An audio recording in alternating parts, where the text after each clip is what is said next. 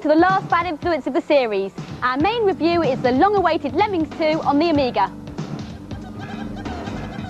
In the last of his reports from America, Wright builds his own virtual summer camp. We take a sneak preview at the latest in British VR. All this and a look at the games that are going to be out in the summer of 1993. How do we do it for the money?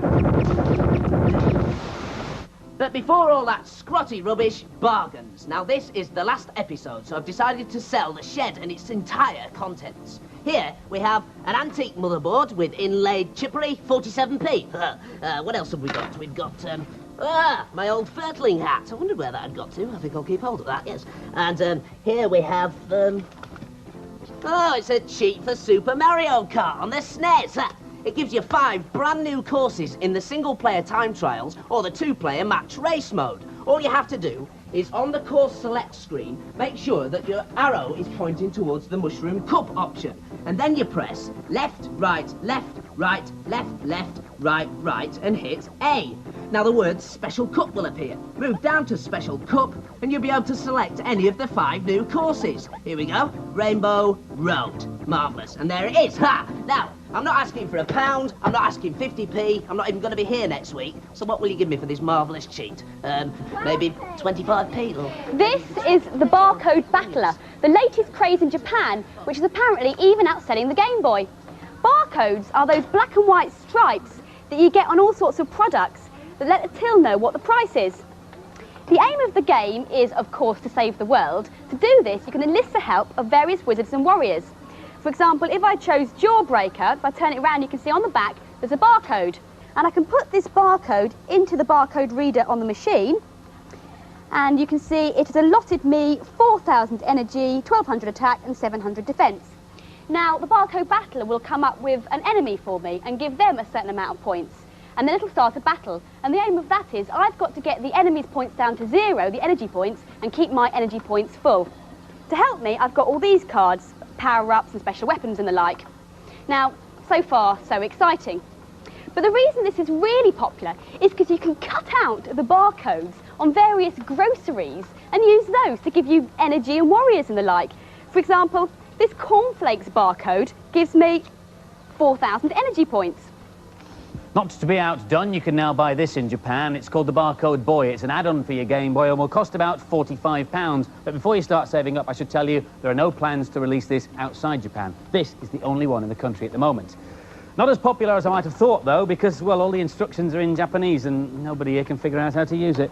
Our main review this week is Lemmings 2 on the Amiga. The first Lemmings was that rarest of things, a totally original game, and made itself a very hard act to follow. Yes, I know there have been lots of other reviews for Lemmings 2, but you can safely ignore all of those except ours. Why? Well, all the other reviews were based on an early demo disc. Our reviewers were the first people to see the full game, and here's what they thought, starting with Amanda.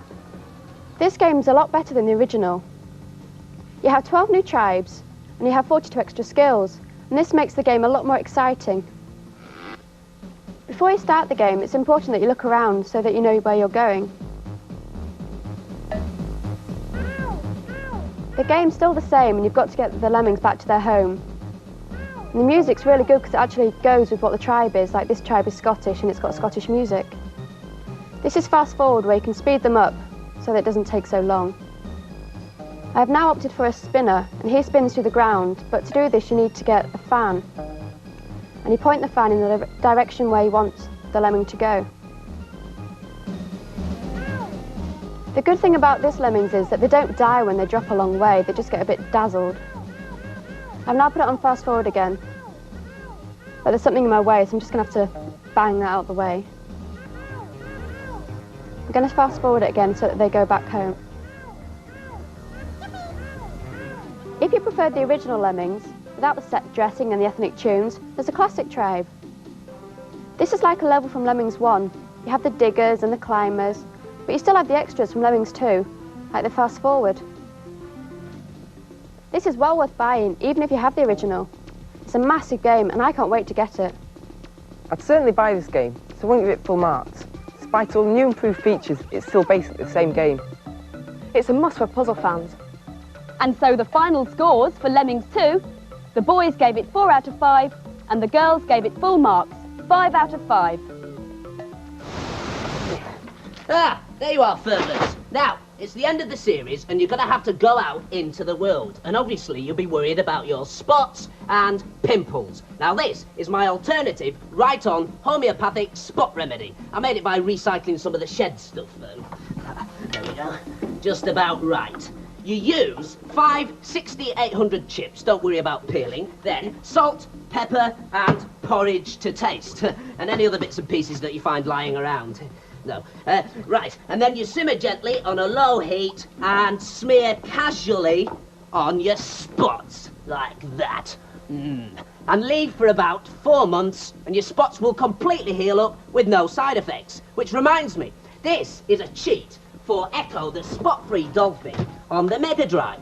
If you want to get to Big Blue, who lives about 3/4 of the way through the game, simply type in this password. ARN KISS RET. And there you go. Oh dear. Too much porridge, I think. It's that time again.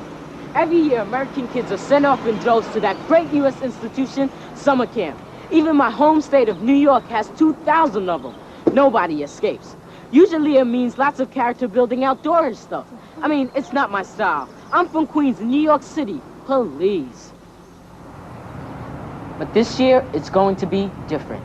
I've come to Seattle in the beautiful Pacific Northwest of America, home of the world's one and only virtual reality summer camp. And the structure this week that we'll do, seeing that you've chose virtual reality. By the end of this week, we'll have built our very own world. No mosquitoes, no rope swings, and no half-cooked food. Okay, well, let's get started. This summer camp is run by the Human Interface Technology Lab, or HIT Lab, at the University of Washington. It was set up 3 years ago to find some practical uses for virtual reality. Since then, they've produced everything from virtual human bodies to virtual landscapes of the whole of Seattle. Meanwhile, back at the summer camp, we've decided that our perfect world is a peaceful rainforest. The first step is to plan the objects for the world on paper. We should make that fish a movable object. Yeah.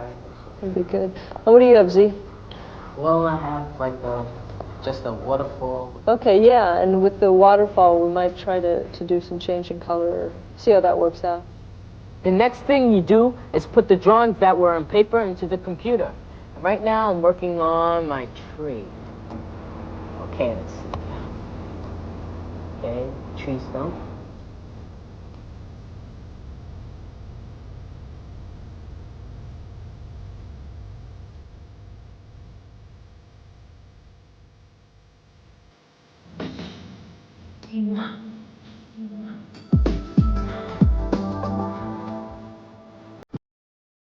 Up to now, everybody's been making their worlds on the flat screen of the Apple Macs. But this afternoon, we get to do the real VR bit, using the lab's state-of-the-art virtual reality equipment to fly through and explore each other's worlds.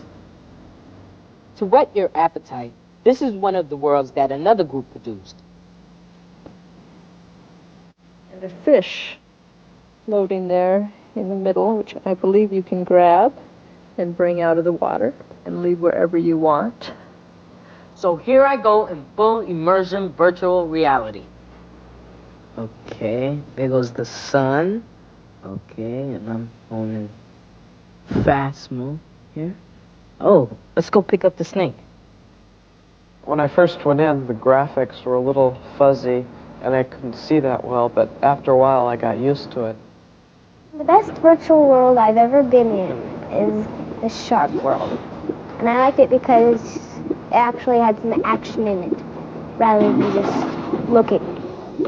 If I had to choose between virtual reality and real life, I'd probably choose real life, because you have more control over yourself. So what are you doing next summer? You'll never guess where I'll be. I haven't finished building it yet. Thank you, Z. We've heard tell there are plans afoot for a British virtual reality summer camp. We'll keep you posted on any developments. That should be next year. In the meantime, this is probably the only way that you'll experience VR on equipment like this. Virtual reality machines are becoming very popular in arcades at the moment. In fact, a brand new dedicated VR centre called Virtual Quest opened last Thursday on Tower Hill in London. It's only the second place in the country where you can experience the full VR role-play game Legend Quest. The other centre in Nottingham is now a mecca for people who want to become elves, dwarves and pixies and battle their way through skeleton-filled dungeons.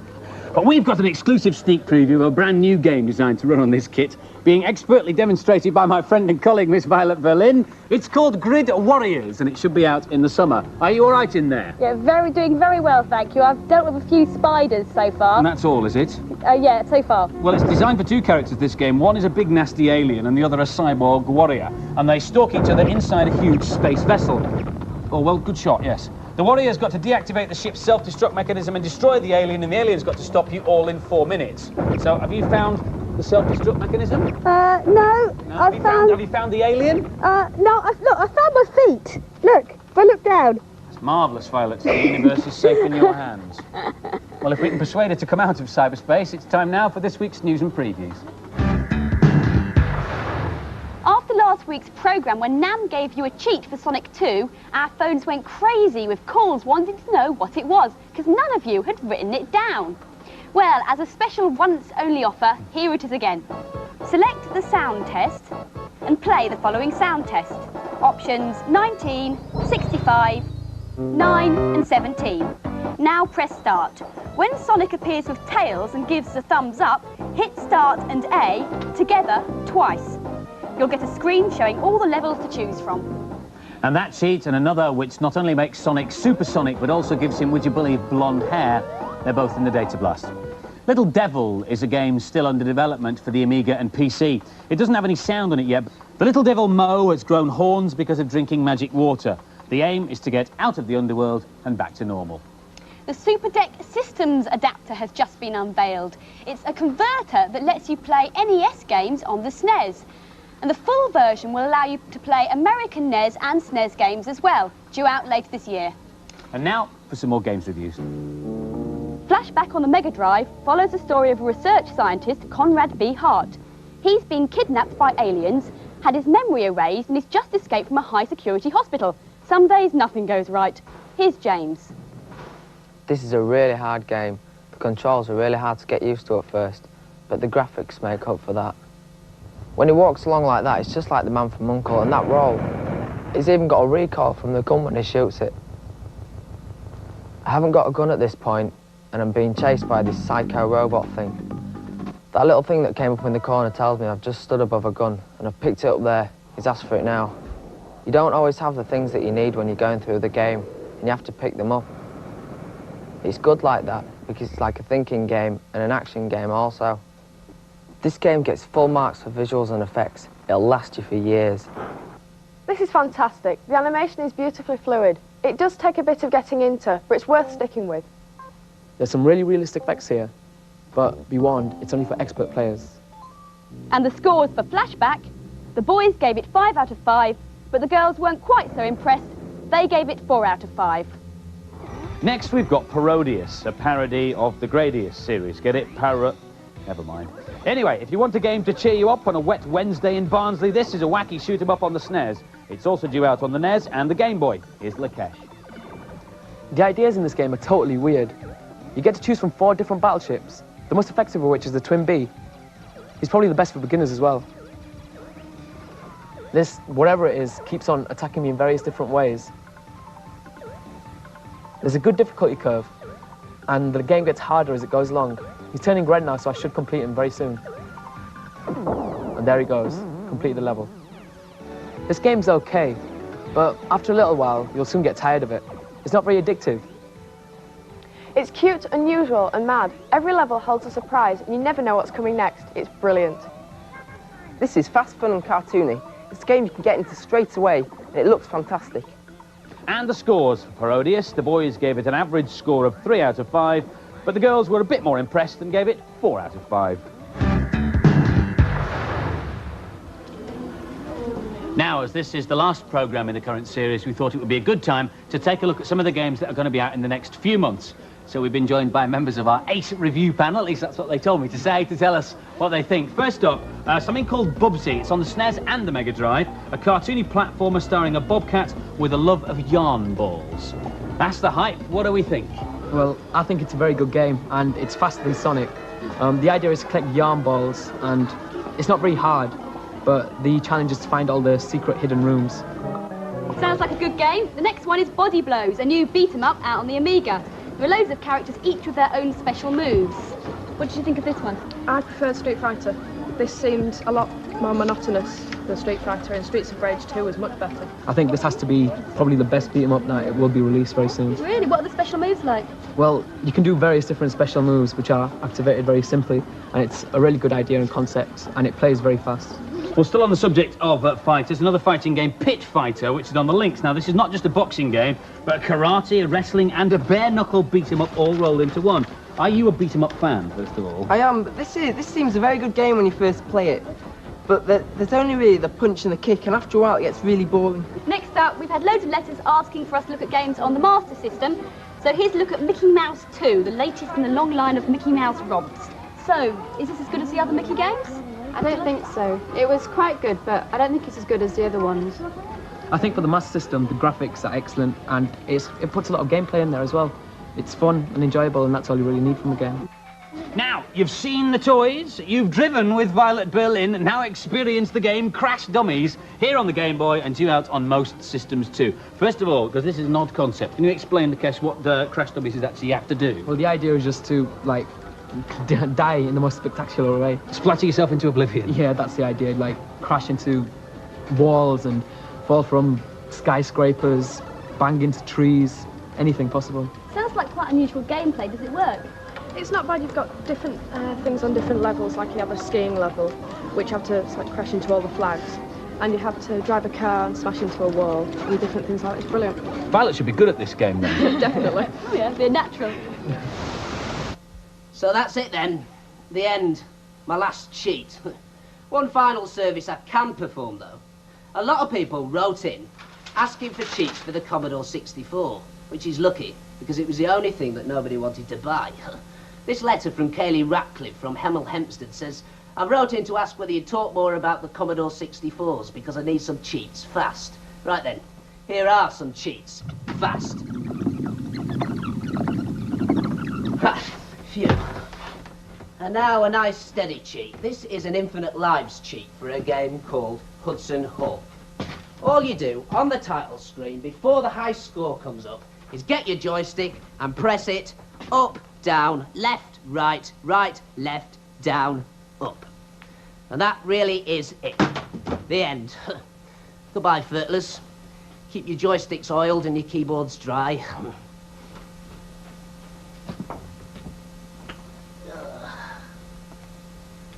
There's no business like show, business like no.